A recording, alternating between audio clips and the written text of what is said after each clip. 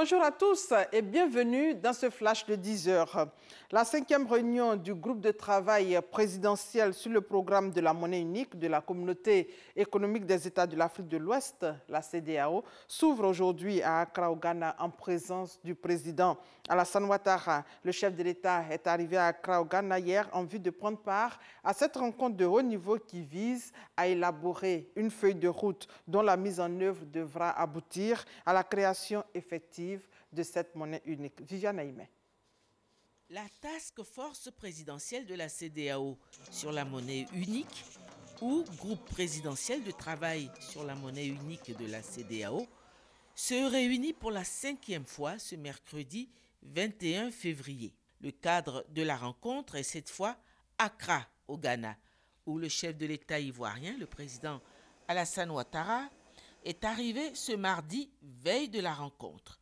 Il a été accueilli à l'aéroport Kotoka International d'Accra par le vice-président ghanéen Mahamoudou Baoumia et par l'ambassadeur de Côte d'Ivoire au Ghana, son Excellence Ewi Koutoua Bernard. Cette 5e réunion de la task force présidentielle de la CEDEAO, qui va se tenir ce mercredi 21 février à Accra, prévoit l'adoption de la nouvelle feuille de route devant conduire à la création de la monnaie unique de la CEDEAO à l'horizon 2020, soit dans 2 ans. Le pari est réalisable, a laissé entendre le chef de l'État ivoirien qui s'est déclaré très optimiste sur le sujet.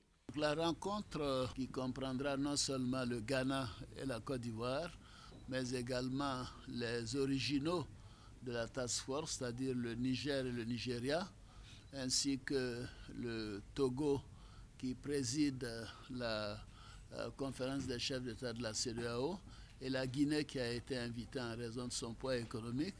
Donc les 6 chefs d'État auront à faire le point.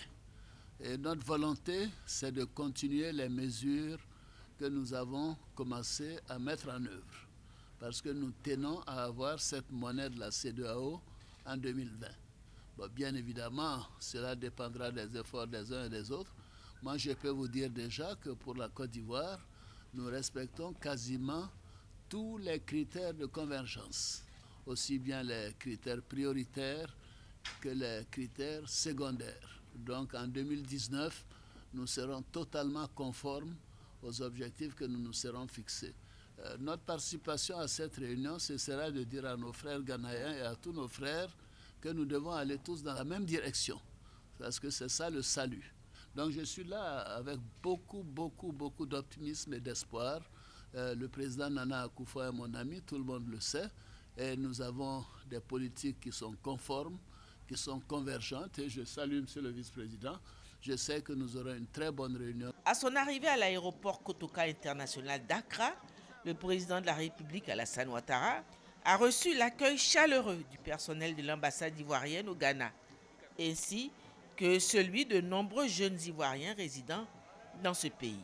Prennent aussi part à ce déplacement du chef de l'État au Ghana 3 ministres du gouvernement, les ministres Adama Koné de l'économie et des finances, Ali Koulibaly de l'intégration africaine et des Ivoiriens de l'extérieur, et Jean-Claude Brou, désormais nouveau président de la commission de la CEDEAO, qui prendra officiellement fonction le 1er mars prochain. Et ici, le décret portant limitation de l'âge des véhicules d'occasion importés en Côte d'Ivoire, pris en décembre dernier, entre en vigueur le 1er avril prochain. Les usagers ont jusqu'au 31 mars pour se conformer aux dispositions contenues dans ce décret qui vise à créer les conditions d'un service de transport public ou privé de personnes ou de marchandises plus sûr et plus confortable. En attendant, le gouvernement ivoirien multiplie les échanges avec les acteurs du transport. Nous y reviendrons donc à 13 h. Hors de nos frontières, le président du Libéria est en France.